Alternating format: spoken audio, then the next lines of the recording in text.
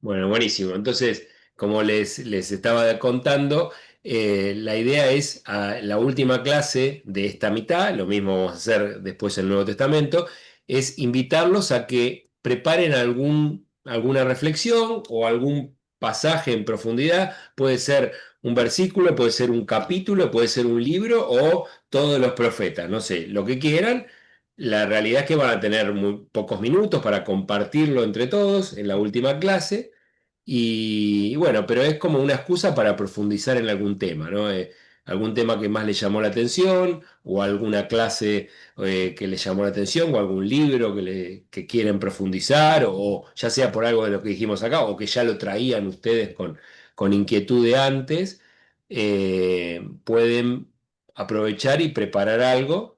Y bueno, ya que lo preparan, lo lindo que lo compartamos entre todos en esta última clase. Como somos muchos, seguramente varios se van a animar, así que son unos minutos que van a tener cada uno para compartir lo que hicieron, ni siquiera nos van a poder mostrar todo, ¿no? Más o menos lo mismo que nos pasa a nosotros cuando damos la clase, que queremos Sí, abarcar, no nunca llegamos a dar, podemos dar nunca todo nos lo que alcanza el quisiera. tiempo, así que para que experimenten lo mismo, ustedes también les va a pasar. Así que bueno, esa es la idea y la invitación a que, a que preparen algo y que profundicen en algún tema. Y incluso por ahí a veces no lo tienen terminado, bueno, no importa, presentan por dónde van, hasta qué conclusión llegaron en ese momento, o qué más les llamó la atención cuando estudiaron tal profeta o tal libro o tal parte del Éxodo, por ejemplo. Y sobre todo, Eh, ¿por qué lo eligen? ¿Cuál es el interrogante atrás o lo que vibró atrás para elegir eso? Porque ahí está el kit también de la cuestión y de lo que nos motiva, ¿no? Lo que nos sorprende la escritura. Genial, Muy bien. Bien, entonces lo vamos a ir charlando, estamos nosotros para que nos consulten lo que necesiten de ese trabajo o eso que quieren preparar. Capaz que siempre llamó la atención, no sé, el libro de los proverbios, entonces lo quieren preparar ese y bueno, lo van preparando desde ahora, aunque no, aunque todavía no lo vimos, no importa, ¿no? Y después más, porque así cuando llega esa clase lo van a disfrutar de otra manera. Bueno, es la idea. ¿Qué día va a ¿Parece ser? bien? Graciela, Sí, ¿qué día va a ser? ¿Miércoles último de julio? el último de junio, el Junio. mes, Ah, sí. ya, pues, Recuerden que son 3 meses que preparamos antiguo y otros 3 meses preparamos nuevo. Es abril, mayo, junio. ¿Mm? Bueno, muy bien. muy bien, Le damos el paso a Graciela entonces y ya estamos grabando y vamos para adelante. perfecto. Bueno, ¿qué tal? ¿Pudieron digerir la semana pasada, la clase de la semana pasada? ¿Eh? ¿Qué tal les resultó? ¿Mm? Mm, nadie contesta, bueno, no importa. Hoy, no muy importa. Hoy interesante, vamos. Graciela. Un poco desafiante asimilar toda esta primera parte de Profetas, pero por la profundidad, ¿no? Es, es un tema apasionante realmente, como vos decís, desafía y apasiona. A mí me pasa lo mismo, cada vez que uno profundiza se da cuenta de cuánto no sabe y de cuánto hay que seguir adelante, pero además porque toca la fibra de nuestra vida también. Es un tema que nos moviliza porque toda la Biblia toca nuestra vida porque es palabra viva, pero los profetas siempre nos siguen hablando, siempre. Por eso la palabra del profeta es mucho más grande que el profeta mismo. Nosotros el otro día estuvimos conociendo un poco el marco de la actuación del profeta, pero realmente su palabra lo excedió a esas personas comunes y corrientes que tuvieron la vocación, el llamado y la necesidad de decir algo. Y hoy en día que nosotros estamos a veces tan faltos de palabra porque hay violencia o porque hay muy poco interés o mucho individualismo, la palabra del profeta nos sigue desafiando, nos sigue interpelando. Por eso yo hoy les decía y ahora vamos a comenzar entonces a compartir el Power y también de alguna manera a ir avanzando sobre los profetas, sobre su mensaje, sobre la literatura profética. Y para eso, qué mejor que empezar con un pedacito de algún libro. Así que yo ahora voy a compartir, voy a empezar como se debe, que es desde el comienzo, y hoy vamos entonces a seguir conociendo a estos personajes que en estas imágenes aparecen, estos supuestamente son Jeremías, Isaías y Ezequiel, ¿no? Pero también tenemos a todos los demás profetas, ¿no? Los 12 profetas con libro y además como hablamos el otro día, los profetas que no tienen libro propio, pero que aparecen en el libro de los reyes, en Samuel, y que nos han dejado tan fuerte mensaje. Por eso, y sobre todo para los cristianos, los libros proféticos son muy fuertes, no solo por el mensaje que es fuertísimo, sino también porque la interpretación de algunos de ellos hizo que en el primer momento de la iglesia, en los primeros tiempos, se descubriera en algunos de esos mensajes el preanuncio del Mesías y que eso se cumplía en Jesús, ¿no? Pero de eso vamos a hablar después. Ojalá nos dé el tiempo para todo lo que quiero hablar. Pero ahora vamos a empezar con este texto. Yo voy a hacer más chiquito el costado para poderlo leer, porque si no me ocupa toda la compu, así que los voy a dejar de ver por un rato. Ahí está.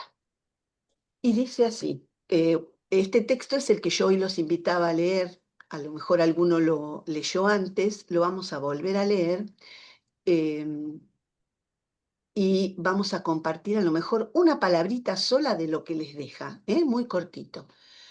Busquen a Yahvé mientras se deja encontrar.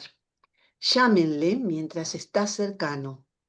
Deje el malo su camino, el hombre inicuo sus pensamientos, y vuélvase a Yahvé, que tendrá compasión de él, a nuestro Dios, que será grande en perdonar. Porque no son mis pensamientos vuestros pensamientos, ni vuestros caminos son mis caminos, oráculo de Yahvé. Porque cuanto aventajan los cielos a la tierra, así aventajan mis caminos a los vuestros, y mis pensamientos a los vuestros. Como descienden la lluvia y la nieve de los cielos y no vuelven allá, sino que empapan la tierra y la fecundan y la hacen germinar para que dé simiente al sembrador y pan para comer, así será mi palabra, la que salga de mi boca, que no tornará a mí de vacío sin que haya realizado lo que me deseo y haya cumplido aquello a que la envié.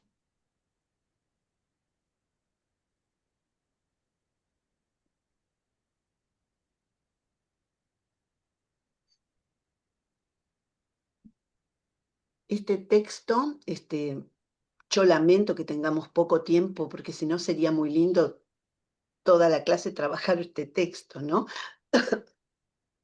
Pero, eh, perdón, pero realmente forma parte de la segunda parte del libro de Isaías, en el que desde el capítulo 40 al 55, justamente es uno de los últimos, de las últimas palabras que forman parte de la segunda parte del libro de Isaías, y que es en un momento complejo de la historia de Israel, y que además, de Judá, mejor dicho, y que además tiene como mucho de esperanza. Fíjense que se abre a la esperanza, pero a su vez al compromiso, ¿no es cierto? No sé si alguien quiere compartir algo para no, una palabrita.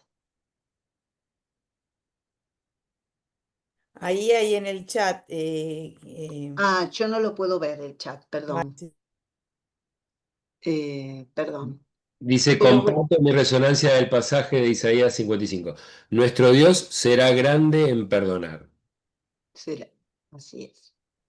Bueno, esta sensación, ¿no? De que está con nosotros, que es mucho más grande de lo que nosotros pensamos, tanto es así que lo que nosotros pensamos que debe ser a veces nuestro camino, no es nuestro camino, o aquello que pensamos que hemos perdido en realidad es solo un momento de la vida, y siempre hay algo más, no se agota, no se agota. Por eso, en este fragmento tan chiquito, encontramos un poco la síntesis de lo que Isaías quería decirle al pueblo, de que no lo abandonaran, de que evidentemente pronto también Babilonia caía, y junto con Babilonia regresaría el pueblo a su lugar. Así que fíjense eh, que la palabra del profeta no es solamente de condena, no es solamente de anuncio, es también de consuelo. ¿Mm? Y eso no esa beta profética no la tenemos que olvidar tampoco, porque a veces está muy bien, porque es así, tenemos al profeta como el gran, no sé, como esa palabra cortante, tajante, profunda, pero también es un gran em, hombre de consuelo, mujer de consuelo para el pueblo, ¿m? Porque sabe que Dios no defrauda. Entonces el consuelo está en Dios, en volver la mirada a Él. Bueno, vamos a seguir adelante entonces. Gracias por la persona que compartió, porque realmente muy lindo lo que dijo. Nosotros sabemos que los libros proféticos los conocemos así como están en la Biblia, y bueno, sabemos, están Isaías, Jeremías, Ezequiel, que, que como decíamos el otro día son los tres profetas mayores, no solo por la extensión, sino también por la importancia de alguna manera que se le ha dado a estos libros, a la riqueza eh, poética que tienen y al contenido, pero también están los otros dos. La etapa, todos los profetas, desde Isaías hasta al más pequeño, hasta Abdías, por ejemplo, que tiene una hojita sola, todos han tenido un proceso de formación. Ese proceso no es solamente hoy me pongo a escribir. Algún profeta habrá escrito, pero lo que hoy en día se sabe y los autores importantes dicen es que realmente el libro se escribió después de que el profeta existió y terminó la etapa de formación de los libros proféticos como los conocemos alrededor del siglo III antes de Cristo. Entonces, esa etapa, esa formación tiene como un proceso que es, en principio, la palabra propia del profeta, lo que dijo, lo que expresó, lo que hizo. Luego vienen la obra de los discípulos y seguidores de ese profeta, que pusieron por escrito no solamente lo que dijo, su vida, los textos biográficos de esos profetas, los oráculos, las narraciones, fueron construyendo al profeta desde el lugar literario, digamos. Y después también lo que se añadió posteriormente para darle la forma que los conocemos hoy. Uno dice, ¿cómo que añadieron? Sí, porque lo que pasa en la Biblia, en la etapa de formación de la Biblia, es que muchas personas fueron agregando cosas. De pronto, si nosotros ahora queremos agregarle algo a un libro, no podemos, porque no podemos, está el autor y a lo sumo uno puede escribir un comentario sobre el libro. En cambio, en la Biblia y sobre todo en los libros proféticos hubo un proceso de escritura, entonces hubo muchos que, por supuesto, desde la escuela del profeta, desde la mirada de ese profeta, fueron añadiéndole, corrigiendo, acomodando. Por eso algunos libros proféticos están más ordenados que otros. De pronto, Jeremías es un libro que no está muy ordenado históricamente. En cambio, Isaías está perfectamente ordenado. Entonces tenemos como mucha, no todo es homogéneo, no todo es igual, hay diferencias. Entonces vemos también que hay una literatura profética. Entonces, por un lado tenemos los que lo escribieron y después tenemos qué escribieron. Escribieron narraciones, que son la prosa, ¿no es cierto? Lo que uno escribe en prosa. Los discursos proféticos, que son poéticos y con un ritmo, a veces también como canciones parecen. Y de hecho, algunos autores como Sicre dicen que, por ejemplo, Ezequiel era una especie de juglar. ¿M? Hay oráculos que tienen una estructura que ahora vamos a ver, después propiamente del profeta. ¿Vieron que en el texto que vimos al comienzo decía oráculo de Yahvé?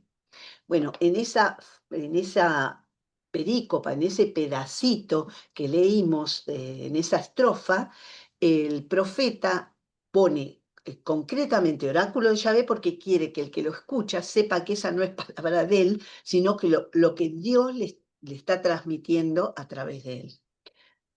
Las oraciones o palabras del hombre a Dios también, porque hay, no solamente es todo como lo que Dios dice, sino también lo que el hombre le contesta a Dios en algunos casos, y otros géneros literarios concretos, como decíamos el otro día, que son la acción simbólica, que de hecho la hicieron los profetas, pero después se puso por escrito, si no, no la conoceríamos, y los relatos de vocación, que también es un género literario. Y algunas cosas que van apareciendo también, como que quedaron en la literatura bíblica, que por ejemplo el profeta Elías no muere, Elías es llevado al cielo. Bueno, ese tipo de relato, que es una ascensión, después es usada también en la ascensión de Jesús. ¿M? Entonces hay como, hoy se diría tips, pequeños géneros o formas de estructurar un texto que que se han repetido a lo largo de distintos momentos de la Biblia, ¿no es cierto? Entonces aparecen así. Si algo no entienden, me preguntan, porque por ahí... Bien, el oráculo. Ever preguntaba si oráculo significaba mensaje. Recién vi un mensajito de Ever. Esa cosa. Oráculo es palabra. Oración, oráculo, viene de eso, en la palabra. Por ejemplo, en algunas Biblias, en vez de decir oráculo del Señor, oráculo de Yahvé, dice palabra del Señor, o sea que esto no ha sido la palabra del profeta, sino que lo dice el profeta porque Dios lo está diciendo a través de él. Eso es. Bien, ¿alguna otra cosa? No. Bien. Bueno, en el oráculo, ¿quién habla? Dios es siempre la palabra del profeta, o sea, no hay otro en este texto. ¿A quién le habla? Bueno, le habla a distintos destinatarios que pueden ser una persona común, una nación, Israel concretamente, un representante de algún gobierno, de algún pueblo. Esos son los destinatarios. Por eso, por ejemplo, Amós está dividido en secciones, que parece que está bastante ordenado Amós, y tiene los oráculos a las naciones, los oráculos a Israel. Entonces, fíjense cómo están como destinados a distintas personas o a distintos pueblos. ¿De qué habla? El oráculo puede ser un oráculo de juicio, que es una acusación con sentencia, algunos pueden no tenerla, simplemente es la acusación, y hay oráculos de salvación. ¿Qué quiere decir esto? Vamos a ver los dos después, pero eso simplemente, que la condena, lo que dice el profeta, lo que dice Dios a través del profeta, del error o de la infamia o de lo que está cometiendo la persona, eso sería el juicio. Y pone detalles. Y después pone detalles de lo que va a pasar, la consecuencia por lo que está haciendo. Y lo mismo pasaría con la salvación. En los de salvación aparece más lo que Dios nunca dejó de hacer y va a seguir haciendo a pesar de, ¿no? a pesar de que los hombres han mirado a otro lado, pero si quieren volver, si vuelven, aquí estoy. Vamos a ver también el de Oseas 11, que es hermoso. Es un oráculo de salvación en donde hay mucha poesía también. Y también hay ayes. Los ayes son el famoso decir, ay, ay, ay, bueno. Ese ay aparece muchas veces en los oráculos que introduce el oráculo. Por ejemplo, ay de ti, Israel, ay de ti, Efraín. Bueno, eso indica ya una postura que va a decir algo condenatorio, digamos, algo que está mal. Bien, vamos a seguir adelante. Hay otros géneros literarios, como decíamos antes, que tienen también partes. Yo les contaba el otro día que una acción simbólica era, por ejemplo, que Jeremías fue a buscar un tazón, una jarra, y se fue adelante del templo y lo rompió delante de todo el pueblo y les dijo, ¿saben qué? Así van a quedar ustedes cuando pasen por acá, Babilonia. Bueno, eso, el que lo quiere ver, el que lo ve, ya sabe de qué se trata, sabe que en ese acto están diciéndome, mira, vas a quedar rota, destruida, no va a quedar nada de vos. Bueno, pero tienen como un esquema las acciones simbólicas, tienen una orden divina. Dios le pide expresamente al profeta que haga algo, que haga eso. Después está la ejecución de la orden, ir, traer el cacharro, romperlo, y por último se interpreta el gesto, o sea, se dice por qué se hizo. Lo mismo hizo Isaías, por ejemplo, cuando caminó desnudo por 3 años por Judá, por Jerusalén, perdón, para que lo vieran todos. Era una persona muy importante, Isaías, era reconocido por la gente. Él profetizó muchos años y lo conocían. Por lo tanto, cuando lo vieron desnudo, caminando descalzo por la ciudad, algo le pasa a este hombre. ¿Qué le pasa? Uy, así quedaremos, quería decir Isaías, ¿no? Así van a quedar todos, desnudos y sin un peso, si no dejan de cometer, de hacer alianza con con el invasor, de ser injustos, de todas las situaciones de injusticia que denunciaba Isaías, ¿no es cierto? La falta de moral, todo lo que él iba denunciando. Bueno, habría que agarrar el libro de Isaías y ponernos a leer, pero ahora yo les hago el marco, después vamos a leer algo. Y después tenemos también los relatos de vocación, que el otro día vimos el de Jeremías, ¿no? Siempre está la manifestación divina, Dios se manifiesta. ¿Cómo? Depende, puede ser en algo visible o en algo invisible para nosotros.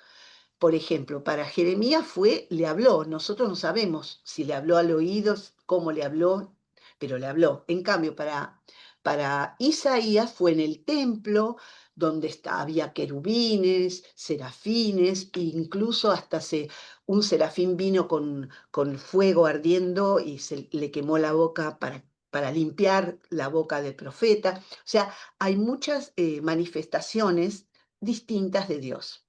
Palabras introductorias, Dios se presenta y le pide, por eso hay un encargo, y después también siempre está la objeción, yo no voy a poder.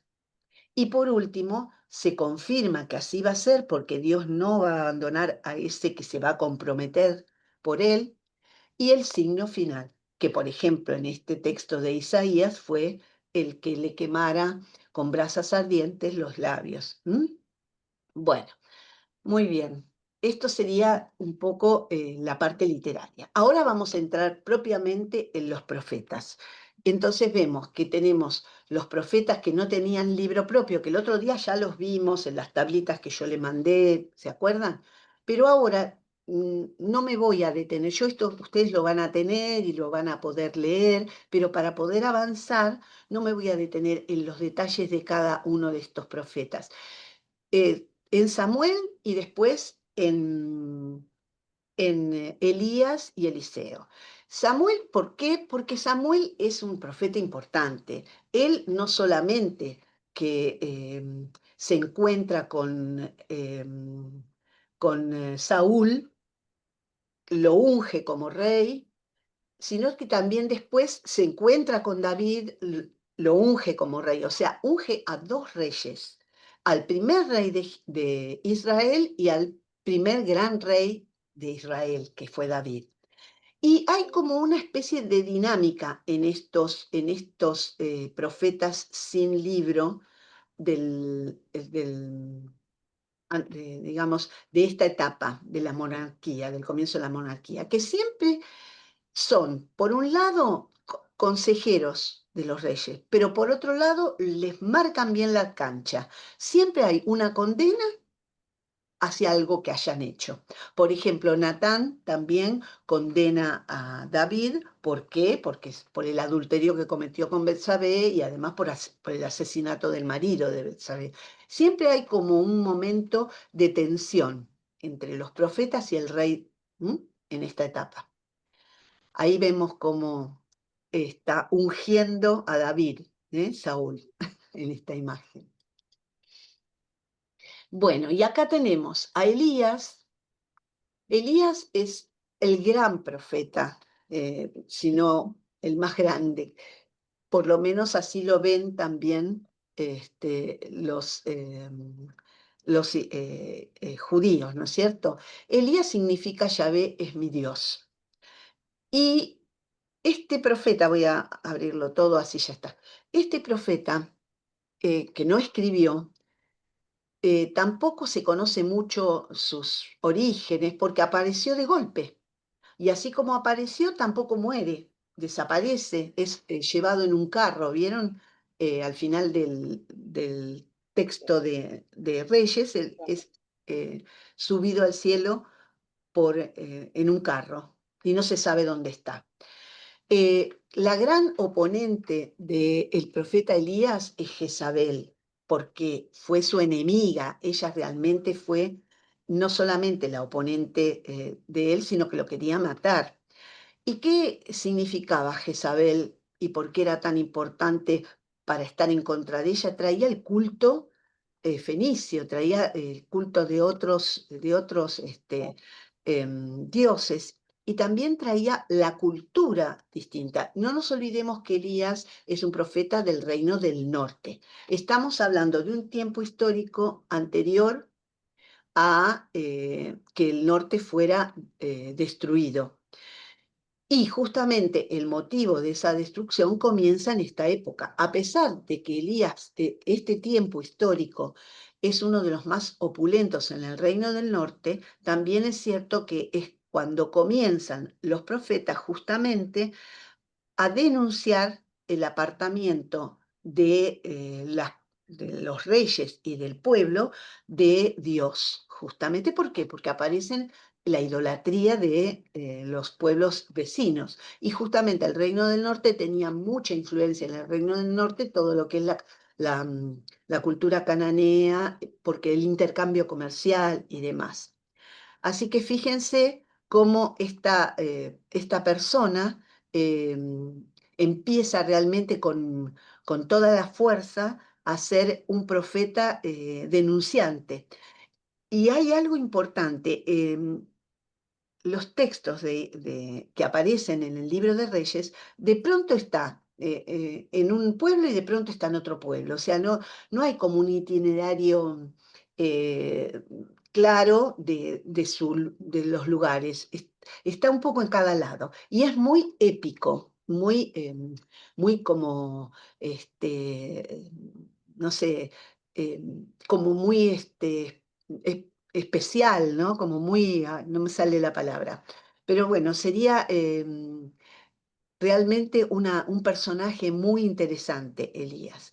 Y hay un texto que no lo vamos a leer todo, pero está en Reyes 19, donde Elías está realmente deprimido, muy deprimido. Lo buscan, sabe que lo están buscando para matarlo y se esconde. Y en ese lugar de la montaña donde está escondido, sabe que va a pasar Dios. Pero, ¿qué pasa? Cuando Dios le dice, sal fuera, en el texto, ¿no? Y permanece en el monte esperando a Yahvé, pues Yahvé va a pasar. Vino primero el huracán, tan violento que hendía los cerros y quebraba las rocas delante de Yahvé, pero Yahvé no estaba en el huracán. Después vino un terremoto, pero Yahvé no estaba en el terremoto. Después brilló un rayo, pero Yahvé no estaba en el rayo. Y después del rayo se sintió el murmullo de una suave brisa. Elías, al oírlo, se tapó la cara con su manto, salió de la cueva y se paró a su entrada. Y nuevamente se le preguntó, ¿qué haces aquí, Elías? Es hermoso todo el texto y el contexto de este texto, pero lo más interesante acá es ver cómo Dios se manifiesta, a lo mejor no en el huracán, no en algo violento, sino en un murmullo. Y esto es importante porque acá le está diciendo a los que escuchan esta palabra que Dios es mucho más que Baal, el dios de los fenicios, el dios de los cananeos. ¿Por qué? Porque el dios de los cananeos era el dios de la tormenta. Y el dios de los judíos, el dios de los israelitas, mejor dicho, es mucho más que una tormenta. Está en todo y hace todo. Es no solamente en lo grande, sino en lo más pequeño, en lo menos atrayente, pero ahí también está Dios. Por eso es un mensaje a la no idolatría, este texto también. A veces no lo leemos así, pero es bueno también darnos cuenta de que el gran enemigo de Elías era Baal, de alguna manera. Y lo que quería era destruir ese culto a Baal, que se dejara em, de, em, de idolatrar, y no lo logró igualmente, porque siguió subiendo cada vez más las situaciones de ese tipo. Bueno, y después Elías es el único profeta que deja un sucesor, que es Eliseo. Eso no ocurrió nunca más. Eliseo es como mucho más metido con la gente, Elías era más solitario, y es uno de los profetas que más milagros tiene. Ahí está Elías Elías ascendiendo al cielo en el carro de fuego y Eliseo mirando como quien lo destinó a seguir su camino, sube al cielo. Es uno de los profetas del Antiguo Testamento que más milagros tiene. Bueno, ya vamos a ir entrando en los profetas con libro. Y digamos, algo de estos voy a decir porque son los 4 profetas de lo que algunos autores dicen que fue el siglo de oro de la profecía, que fue el siglo VIII. En ese momento fueron Amós y Oseas en el reino del norte y Miqueas e Isaías, el primer Isaías por supuesto, pero Isaías al fin en el reino del sur. ¿Se acuerdan que la semana pasada vimos el mapita y acá tenemos el reino del norte, que es donde profetizó también Elías? Y aunque iba y venía, pero estaba sobre todo concentrado en el reino del norte. Y en el reino del sur, Isaías y Miqueas. Amós, y acá sí nos vamos a detener un poquitito. Amós fue un profeta que en el texto de vocación parece ser que este hombre era simplemente un pastor. Algunos dicen que de mayor importancia, otros de menor importancia, pero pertenecía al mundo del campo, era un pastor, y él se dice cuidador de sicomoros, porque las higueras eran muy importantes en esa zona y era muy importante cuidarlas. ¿Qué pasa? Amós era del reino del sur, pero es llamado a ir de Tecuaj, puntualmente, pero es llamado a profetizar en el reino del norte. O sea, fíjense como que realmente de pronto es llamativo esto, ¿no es cierto? ¿En qué época? En la época del rey Jeroboam, que bueno, sabemos que fue el hijo del primer rey del reino del norte. Muy bien. ¿Qué es lo más importante de Amós? La denuncia de la injusticia social, de la diferencia impresionante que había entre los que tenían de todo y los que no tenían nada. Y sumado a eso, el culto a Yahvé hipócrita, porque era un culto encubierto, era de mentirita, como diría, para estar tranquilo, para quedarnos tranquilos. Es muy recurrente en estas situaciones. Y realmente, yo se los ponía acá, es muy actual, Amos. Por eso, detenernos un poquito en él nos va a venir bien. Fíjense que acá tenemos, ¿vieron que yo les decía las partes de un oráculo? Yo se las marqué en colores para que lo vean. Esta primera parte es la acusación que hace el profeta de lo que hace la gente. Fíjense lo que dice, para que entiendan cómo es esta acusación. Mi sentencia en contra de Israel por sus muchos crímenes será sin apelación, porque venden al inocente por dinero y al necesitado por un par de sandalias. Pisotean a los pobres en el suelo y les impiden a los humildes conseguir lo que desean. Padre e hijo, faltándole el respeto a mi santo nombre, tienen relaciones con la misma mujer. Tomando las ropas empeñadas, se acuestan cerca de cualquier altar y con el vino de las multas se emborrachan en la casa de su Dios. Hago un paréntesis para entender un poquitito. Acá no solamente que es muy actual lo que dice con respecto de pisotear al humilde, que lo podemos vivir hoy. Esto que habla de tomar las ropas empeñadas y acostarse cerca de cualquier altar tiene que ver con la prostitución divina, que se hacía debajo de un altar, debajo de árboles, y era justamente una forma de pedirle a los dioses, Astarte, Baal y demás, que les diera favores, sobre todo favores que tenían que ver eh, con la ganadería, con los cultivos y demás, ¿no es cierto? Pero fíjense, la acusación es terrible lo que está diciendo. Y ahora vamos a ver la memoria que se hace dentro de este. Él cuenta lo que él hizo y que nadie lo escucha, ¿no?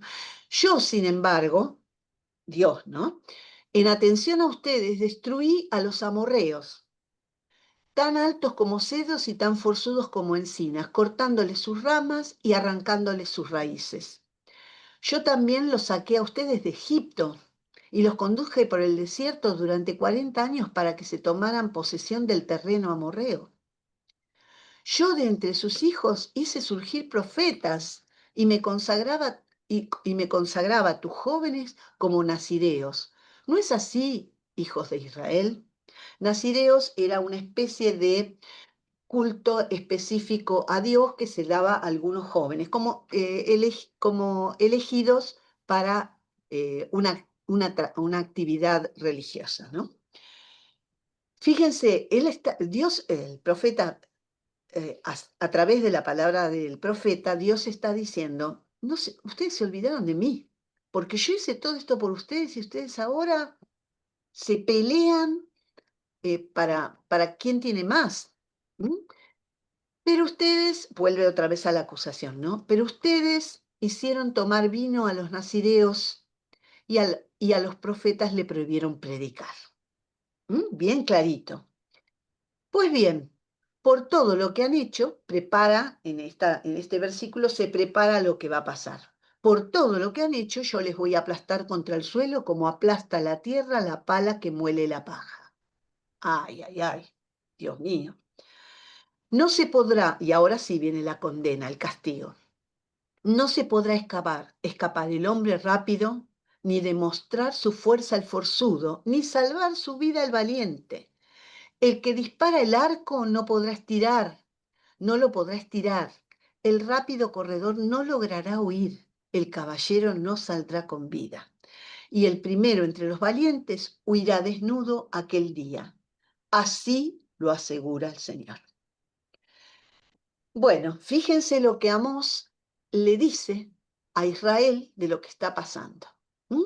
Fíjense, lo buscan en la Biblia, lo van a encontrar, y fíjense qué fuerza tiene. Realmente Amós es un profeta con una fuerza y una actualidad que realmente tendríamos que leerlo todos los días un poquito. Bueno, y Oseas es el profeta de ese mismo tiempo histórico, el siglo VIII, eh, que realmente también actuando en el Reino del Norte, tuvo una mirada distinta, pero de alguna forma condenó lo mismo. Sobre todo el alejamiento de Dios por la idolatría a los dioses cananeos. Em, Miren, acá un poquitito tienen el resumen, digamos, pero lo más destacado de Oseas es que él transfirió su vida personal, o sea, su drama personal a la profecía, no porque quiso, sino también porque Dios le pide que lo haga, y fue muy descarnada esa profecía, porque él se casó con una mujer que ejercía la prostitución divina. Era realmente muy duro para él y desde ya estuvieron un tiempo separados. Y luego vuelve a ella con un amor renovado porque Dios se lo pide. Y fíjense cómo el, el profeta denuncia la ruptura de la alianza y el desorden que eso trae a todo lo que es justo, lo que es socialmente bueno para los israelitas, y los aleja no solamente de Dios, sino también entre ellos. Y también los deja sin defensa frente al enemigo, que de alguna manera estaba dominando también desde lo cultural, porque no nos olvidemos que no se domina solamente por el bolsillo, se domina también por la cultura. Cuando se destruye la cultura propia, se destruye también la identidad de un pueblo. Y esto es lo que también condenan los profetas. Fíjate, no sé, no lo vamos a leer, me encantaría, pero no voy a llegar. No sé qué hora es. Eh, Pablo, por favor, me decís Sí, en qué. son -10, Por menos eso. 12. Yo Tenés, por eso, porque quiero llegar al final, que tengo preparado algo para compartir y no adelante. quiero dejarlo. Después en todo caso volvés. Sí, por eso vamos a adelantarnos un poquito, pero les aconsejo que lean después con el Power, los lean estos textos, los analicen, si a lo mejor quieren compartir algo, estoy a disposición de ustedes después, porque a mí también me apasiona, así que me encanta. Miqueas, como dije antes, era del reino del sur, contemporáneo Isaías, y también lo que anuncia es la ruina de Sión. ¿Por qué? Porque no solamente en el reino del norte lo van a destruir, sino que también todos los pactos de vasallaje que tiene el reino del sur con los asirios van a terminar mal, van a terminar destruyendo también al sur. Entonces, evidentemente, estos profetas están luchando contra esta situación. Y aparece Isaías, el primer Isaías que tiene los temas importantes del primer Isaías, que es hasta el capítulo 39, tienen que ver con la guerra sirio-efraimita y con también la injusticia, las injusticias, bueno, con todo más o menos lo que los profetas de su tiempo estaban viviendo, porque era la realidad puntual que se vivía, ¿no? De hecho, muchos profetas, no solo Isaías, sino también, por ejemplo, eh, Oseas, le ponen a sus hijos nombres que tienen significados, son no querido, por ejemplo, o en el caso de Isaías le pone a un hijo un resto volverá, y a otro pronto al saqueo, presto al botín. ¿Por qué le ponen esos nombres? Porque quieren decir cosas ¿eh? que están sucediendo. Y no le pasan fuera de su vida, le pasan a ellos también. Bueno, y fíjense el texto que conocemos todos de Isaías 9, del 1 al 6, en el que se habla del niño que nacerá, ese príncipe de la paz que será grande y que reinará y su reino no tendrá fin, que nosotros lo tomamos como un antecedente del Mesías de Jesús. Ese texto se lo dice al rey Ajax cuando este rey quiere hacer está a punto de hacer un pacto y él no quiere que lo haga, porque los egipcios van a ir en contra de ellos también. Y sin embargo no le da bolilla y hace el pacto.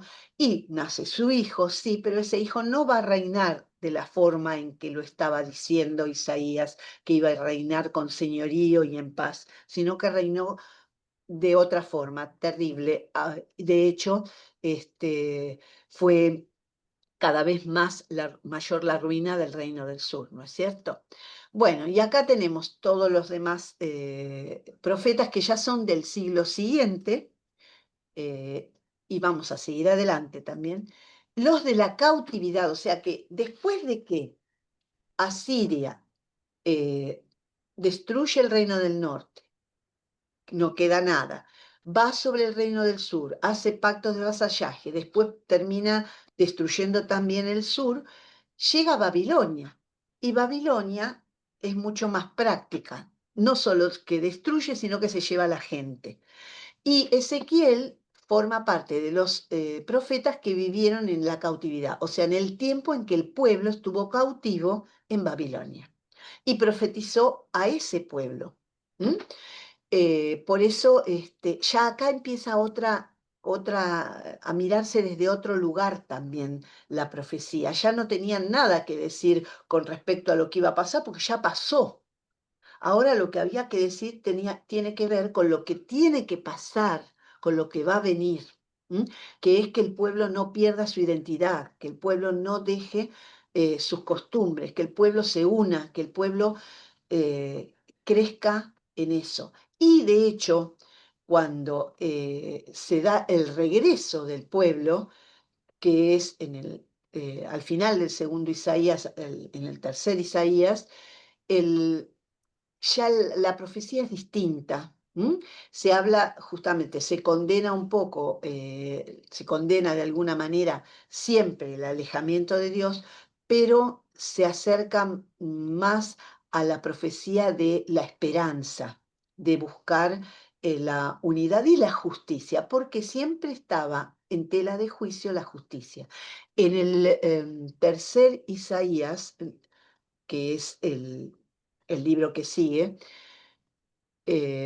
acá. En el tercer Isaías ya hay un texto en el capítulo 57 que habla de la nueva Jerusalén, una Jerusalén que va a ser distinta, que ya no va a tener que ver con, no solamente con que el pueblo volvió y tiene que reconstruirse, sino que va a ser una ciudad en donde todos van a tener lugar. Acá en este texto de Isaías 58 vemos justamente algo que condena mucho Isaías siempre, en los tres, está en la identidad de la isaiana, pero en el trito Isaías aparece más fuerte y es el tema de cómo hacemos el culto, porque el culto no debe ser para Isaías un culto para mostrar lo que le ofrendamos a Dios, sino para mostrarnos ayudando al que más necesita. No lo voy a leer ahora porque es largo, léanlo después, pero lo leemos siempre para Navidad y para es un texto que nos ilumina mucho con respecto a lo que es ayunar, por ejemplo, o en Cuaresma, por ejemplo. No en Navidad, sino en Cuaresma, perdónenme. Estoy apurada y digo cualquier cosa. No, en Cuaresma, cuando nosotros pensamos cuál es el ayuno que Dios quiere de nosotros, ¿no? Bueno, acá está, bien clarito lo dijo Isaías, léanlo. Y ahora sí, llegamos al Nuevo Testamento, ¿por qué? Porque el otro día les citaba este texto diciéndoles que después de hablar mucho Dios en el Antiguo Testamento a través de los profetas y de llegar casi hasta la época del griega, ya no tenían más palabras los profetas porque ya no se necesitaba la profecía, sí fueron apareciendo algunos hombres con características proféticas. Por supuesto que fue Juan y lo tenemos a Jesús, que une dos cosas. No solamente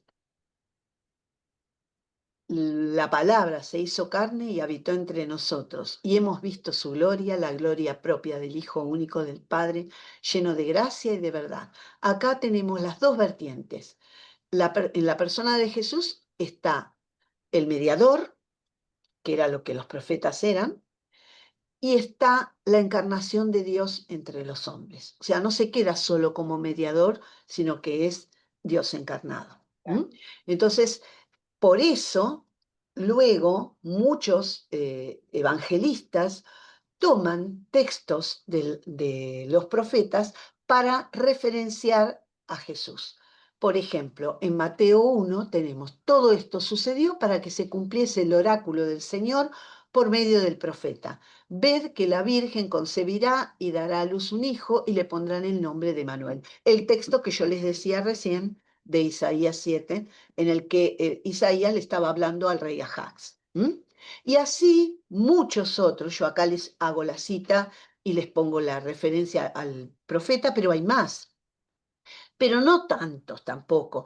Pero Mateo se dedica, sobre todo en el capítulo 2, a hacer 5 referencias del Antiguo Testamento en 20 versículos. ¿Por qué? Porque quiere demostrar que ese niño es el Mesías esperado. Muy bien. Y ahora sí, esto me quiero detener acá porque nosotros hablamos de los profetas del Antiguo Testamento y de su palabra, pero esa palabra no puede, no debe perderse. Pero la palabra se actualiza, porque la palabra del profeta es palabra viva y tenemos que anunciarla, porque es un Dios vivo el que están anunciando, no es un Dios muerto. Es un Dios que actúa en la historia. Y eso es lo que a veces nos olvidamos. O sea, y anunciamos un Dios muerto. Los profetas no se olvidaron de eso. El Dios que anunciaban era un Dios que estaba actuando en el pueblo, pero no lo dejaban actuar, o no lo escuchaban, o lo traicionaban, o lo vendían. Entonces, eso mismo pasa hoy. Y a veces anunciamos a un Dios muerto. Algunas personas, como por ejemplo Monseñor Romero, que dijo estas palabras, y miren lo que dijo también. Bravo, Romero. El profeta denuncia también los pecados internos de la iglesia. ¿Y por qué no? Si obispos, papas, sacerdotes, nuncios, religiosas, colegios católicos, estamos formados por hombres y los hombres somos pecadores. Y necesitamos que alguien nos sirva de profeta para que nos llame a la conversión, para que nos dé, no nos deje instalar una religión como si ya fuera intocable, que lo que le pasaba a los que iban al templo y le ofrecían sacrificio, la vaca más grande, el cordero más grande, pero después, por otro lado, seguían idolatrando a Baal y aplastando a la viuda, al niño inocente y demás.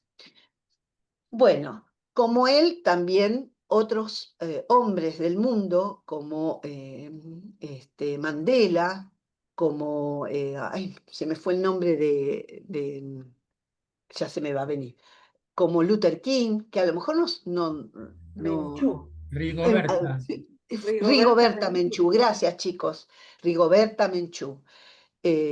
la Madre Teresa, que es, yo digo que la Madre Teresa más que palabras, aunque le ponen muchas frases, hizo gestos simbólicos. Para mí la profecía de la Madre Teresa es gestos simbólicos todo el tiempo. Recoger a los moribundos es un gesto simbólico que dice mucho más que 1000 palabras. Francisco, que algunos lo estamos descubriendo hoy, ¿no es cierto? Y va a seguir profetizando seguramente. Y nosotros, no nos olvidemos, que anunciar, denunciar y consolar. Y con respecto a consolar, vamos a ir a Isaías 65 y vamos a cerrar el encuentro, por lo menos de mi parte, así rápido, pero lo vamos a cerrar con ese texto, con Isaías 65. Este no lo transcribí, pero lo vamos a compartir. Ya se los. Isaías 65. Dice así. Yo voy a crear un cielo nuevo y una tierra nueva. No quedará el recuerdo del pasado, ni se lo traerá a la mente, a la memoria, sino que se negociarán y se alegrarán, regocijarán y se alegrarán para siempre, por lo que yo voy a crear. Porque voy a crear a Jerusalén para la alegría y a su pueblo para el gozo. Jerusalén será mi alegría y yo estaré gozoso a causa de mi pueblo. Y nunca más se escucharán en ella ni llantos ni alaridos. Ya no habrá allí niños que vivan pocos días, ni ancianos que no completen sus años, porque el más joven morirá a los 100 años, y al que no llegue a esa edad se lo tendrá por maldito. Edificarán casas y las habitarán, plantarán viñas y comerán sus frutos. No edificarán para que habite otro, ni plantarán para que lo coma un extraño, porque mi pueblo vivirá tanto como los árboles, y mis elegidos disfrutarán de la obra de sus manos. Ellos no se fatigarán en vano, ni tendrán hijos para un fin desastroso, porque serán la estirpe de los bendecidos por el Señor, ellos y sus vástagos junto a ellos. Antes que llamen, yo les responderé, estarán hablando, y ya los habré escuchado. El lobo y el cordero pasarán juntos, el león comerá paja como el buey, y la serpiente se alimentará del polvo. No se hará daño ni estragos en toda mi montaña santa, dice el Señor.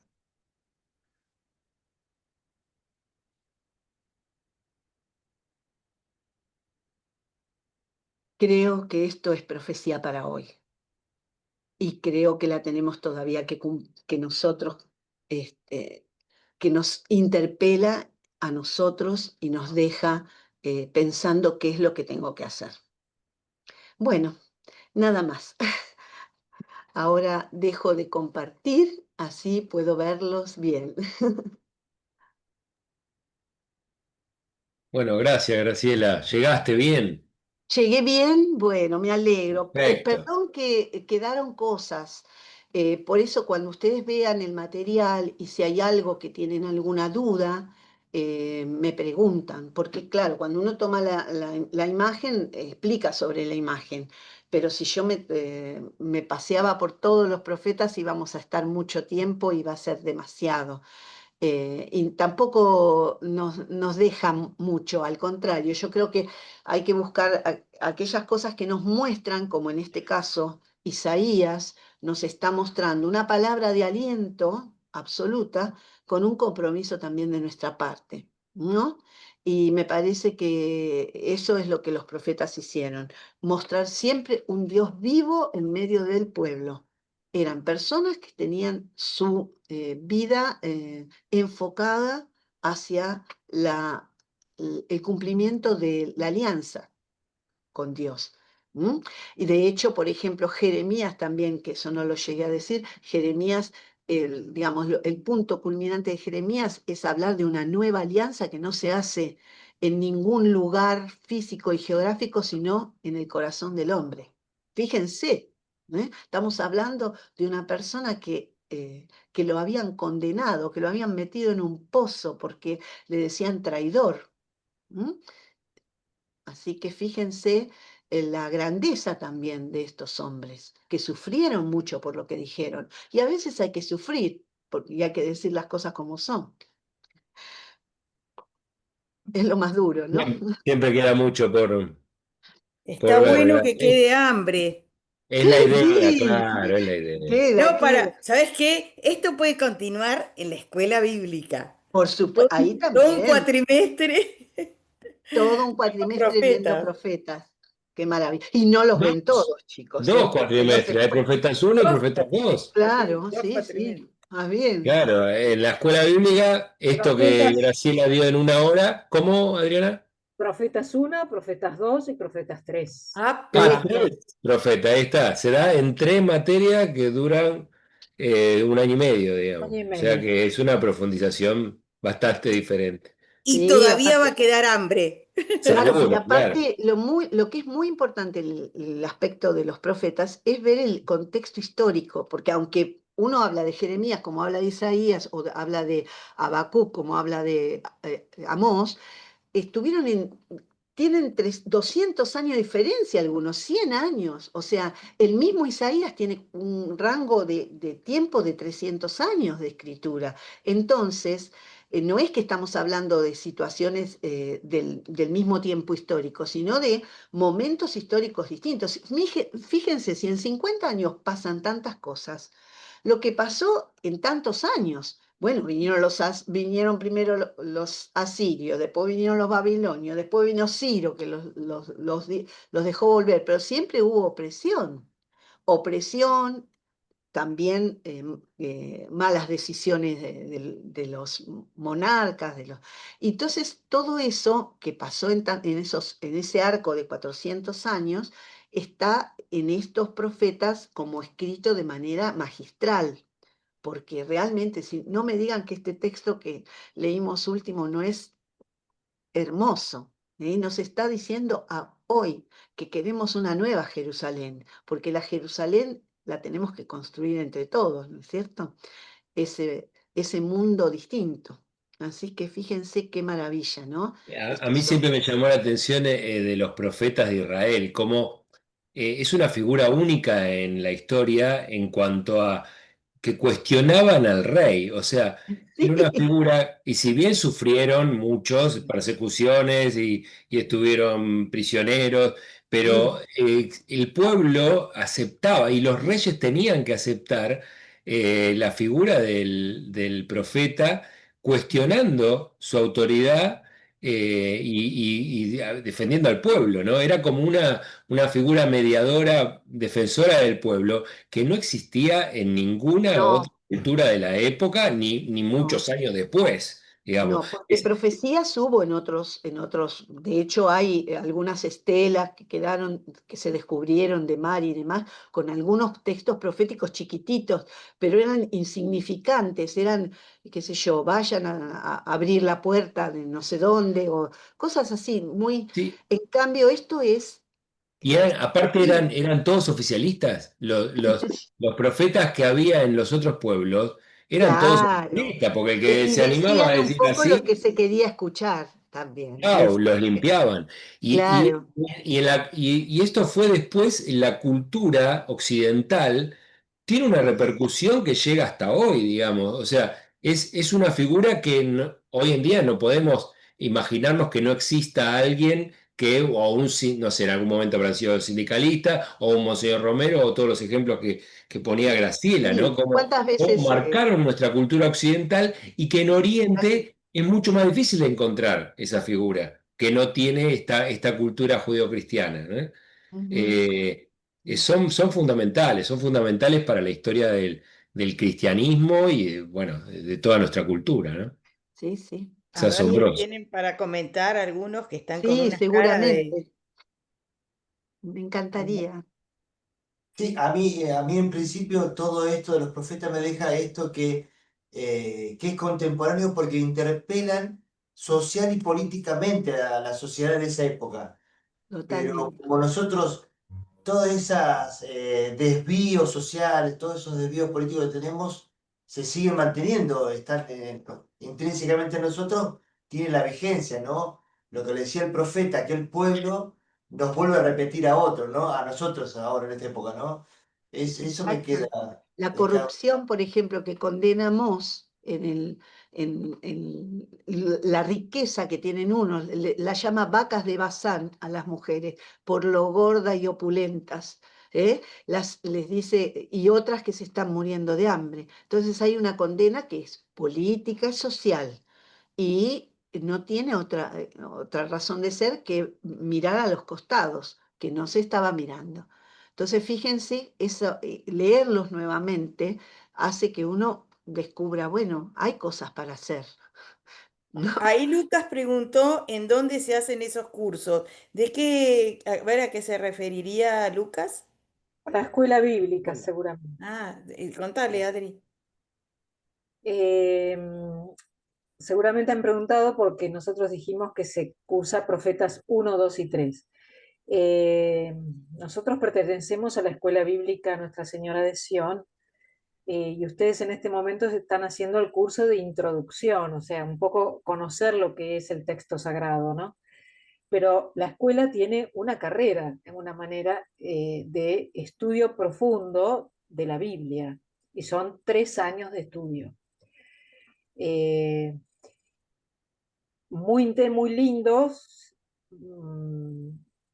muy ricos, y bueno, y después de hacer este año de que ustedes están haciendo, están habilitados para entrar, llegado el caso que quieran cursar en profundidad este texto, ¿no? La Biblia y todos sus libros que tienen dentro, pero bueno, ya es un programa de estudio, ¿no? Con un certificado avalado por la Facultad de Teología de la UCA.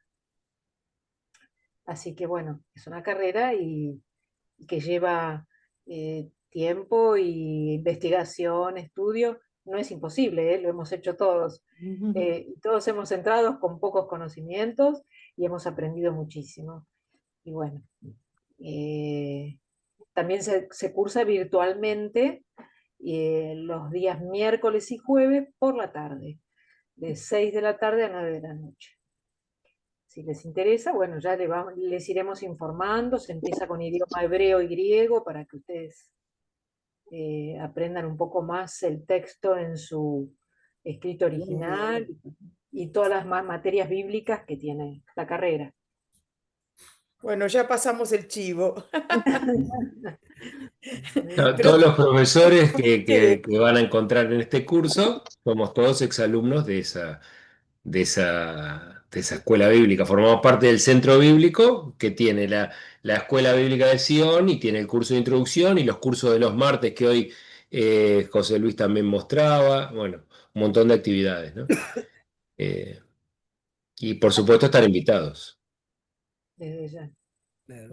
bueno, ¿dónde queda la ¿Dónde escuela? queda el centro bíblico? El centro bíblico queda, tiene una sede en la Avenida Caballito. Directorio, pero los cursos son Ahora, virtuales, ¿no? Directorio 450.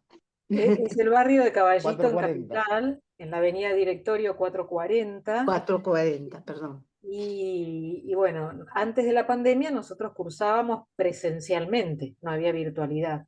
Después de la pandemia la carrera pasó a ser virtual y cada tanto, a veces una vez al año, hacemos un encuentro presencial en la escuela para el que pueda ir. Los profesores son excelentes, profesores de primer nivel de la Facultad de Teología, y esta escuela además tiene contactos con escuelas internacionales de afuera, ¿no? Así que también tenemos esa posibilidad. Bueno, por supuesto, todas las dudas que tengan y lo que quieran averiguar, estamos para informarlos, ayudarles y bueno, que lo tengan en cuenta. Bueno, no sé si quedó alguna preguntita, alguna cosa que quisieran compartir. Hola, ¿me escuchaste? ¿Puedo hacer una pregunta yo? Sí, Quería que me expliques qué quiere decir prostitución divina. en los cultos cananeos tenían una forma de buscar la atención del dios o la diosa, que puede ser Astarte o Baal o algún otro dios, a través de lo que se llamaba prostitución divina. Algunas mujeres ejercían la prostitución en lugares determinados para que ese acto fuera en honor del dios eh, y como devolución se obtuvieran mejores cosechas, mejor rindiera más la tierra y demás. Era un tema cultural, no era nada más que un acto, sino un tema cultural. Todas las culturas primitivas tenían culto a los dioses, los que les entregaban algo para que Dios les devolviera algo. Y entonces eso estaba muy arraigado en todo lo que es Fenicia, Canaán, bueno, toda esa zona. Y bueno, eso fue incursionando también en el pueblo de Israel, justamente cuando estos pueblos fueron más asiduos en intercambio comercial, en alianzas, se casaban las princesas de esos pueblos con los reyes o los hijos de los reyes de Israel. Entonces esa unión hacía que el culto que ellos que tenían, se fuera difundiendo en ese lugar. Entonces, por supuesto que los que venían de la alianza y los que defendían la alianza, como los profetas, y querían que el pueblo siguiera aliado a Dios y que además, supuestamente, y yo creo que este culto no quedaba ahí, entonces había como digamos, dominio de este pueblo sobre Israel y en todo la economía que tenían floreciente iba en detrimento de todos estos valores morales y valores también religiosos. Entonces el profeta hablaba en contra de ellos, ¿no? De hecho, Oseas, el tema de Oseas central es su dolor por la mujer que él ama y que creía En em, ese culto. en ese culto y lo ejercía. ¿Mm? Claro, un desastre. A nuestros ojos de hoy sí es un desastre. No nos olvidemos que estamos hablando de 4.000 años Sí, antes. sí, sí, Y sí. entonces estamos hablando de otras culturas, otros tiempos. Entonces, bueno, fue todo creciendo, digamos. Y bueno, de alguna manera esas culturas se siguen estudiando, ¿no? Y las conocemos no solamente a través de la Biblia, sino que las conocemos también a través de muchos em, sociólogos y otras carreras que estudian también las culturas antiguas. De hecho, un poco de todo esto tenemos que hacerlo porque así entendemos un poquito más qué es lo que pasaba. ¿Mm? Bueno, no sé si fui clara.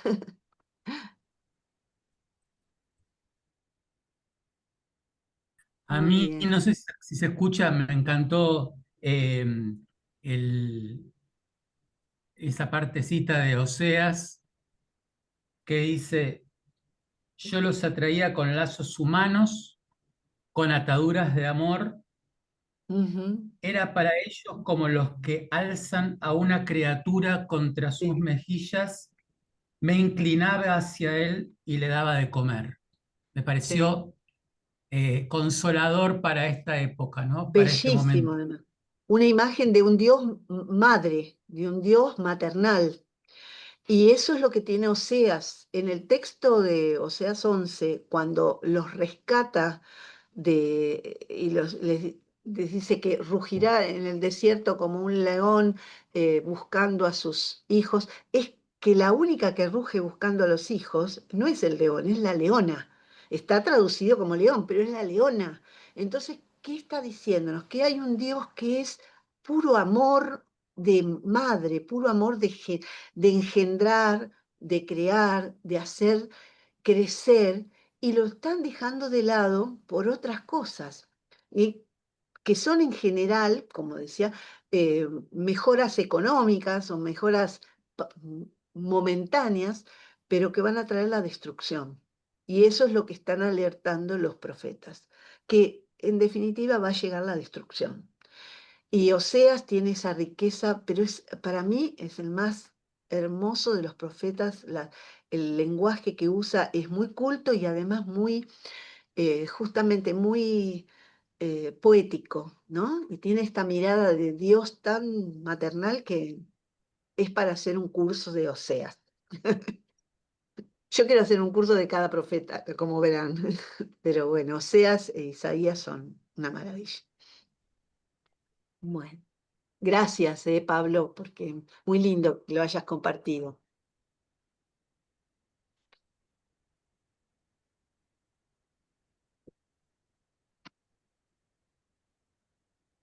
Bueno, Muy ahí bien, sí, ¿alguien más quiere algún comentario, reflexión, pregunta?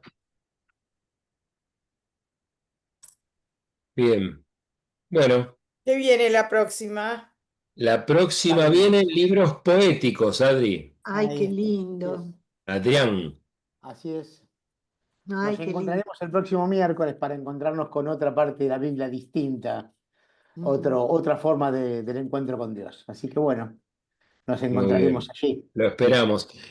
No, y les quiero recordar, para los que no estaban por ahí al principio, igual así queda grabado, lo pueden ver, que les hacemos una invitación a que la última clase, que sería el último miércoles de junio, eh, ustedes puedan preparar algo para compartir, ¿no? O sea, la idea es tener una excusa para profundizar en algún tema, en algún libro de todo lo que estamos viendo, en algún pasaje por ahí, ese pasaje que me llamó la atención de Oseas o del Éxodo o lo que sea, profundizar un poco, estudiar algún libro, nos piden bibliografía, les compartimos y profundizar en eso y después, bueno, compartirlo en una clase con los demás. Obviamente que cada uno va a tener muy pocos minutos porque somos muchos, pero bueno, la idea es contarnos cómo se sintieron y qué los motivó a elegir este texto y qué descubrieron, ¿no? Esas cositas principalmente en la profundización que hagan. Así que, bueno, están todos invitados a trabajar esto. Desde ya no es obligatorio, pero los invitamos y los estimulamos para que lo intenten y puedan profundizar en algún tema. ¿Mm? Así Una que esto va a ser pregunta. el... Sí, Sí, Graciela. Cuando dice la reunión se está grabando. Yo nunca puse a aceptar, entonces no lo puedo volver a ver. sí, sí, sí. ¿Cómo? Viste que te Ah, porque sale arriba. cuando, pero yo no puse a aceptar. No Bueno, no importa. sé, no importa, no importa. Igualmente yo lo voy a compartir, lo comparto en el mail, lo comparto en el chat, ¿eh? Cuando No vos te- abrís ese link que te manda, ahí está el material que se manda y el video. Ah, bueno, porque si yo pongo a aceptar acá, no sé cómo lo veo en mi televisión, en el No lo vas a ver celular. ahí. No te preocupes, lo, La lo mando, lo aceptación mando tiene al que ver, mail y al chat. la aceptación tiene que Bueno, ver con una cuestión legal, internacional, que Claro, es, que se te está avisan. grabando y vos tenés que dar tu conformidad. Si no la das, no la das, pero si la das, no hay ningún problema, que si vos lo estás aceptando. Si vos después hicieras un juicio determinado porque tal cosa, bueno, vos no pusiste a aceptar. Acá el tema está que vos para poder ver la grabación, es como te acaban de decir, te lo pone Pablo en el chat, tenés el vínculo para entrar y vas a entrar a la grabación Yo y lo vas a subo a poder verla YouTube para que puedan perfectamente, acceder ustedes. tal cual. bueno, gracias, Bien. bendiciones. Muy bien, Gracias igualmente. gracias. Bueno, listo entonces. Muy bien. Nos Hasta vemos luego. Chao. la semana próxima, La ¿eh? semana que Segundo Gracias. viene. material Buena entre mañana y semana para pasado. todos. Hasta Bendiciones a luego. Gracias. todos. Saludos igualmente. Chao, gracias. Chao. Te digo, están con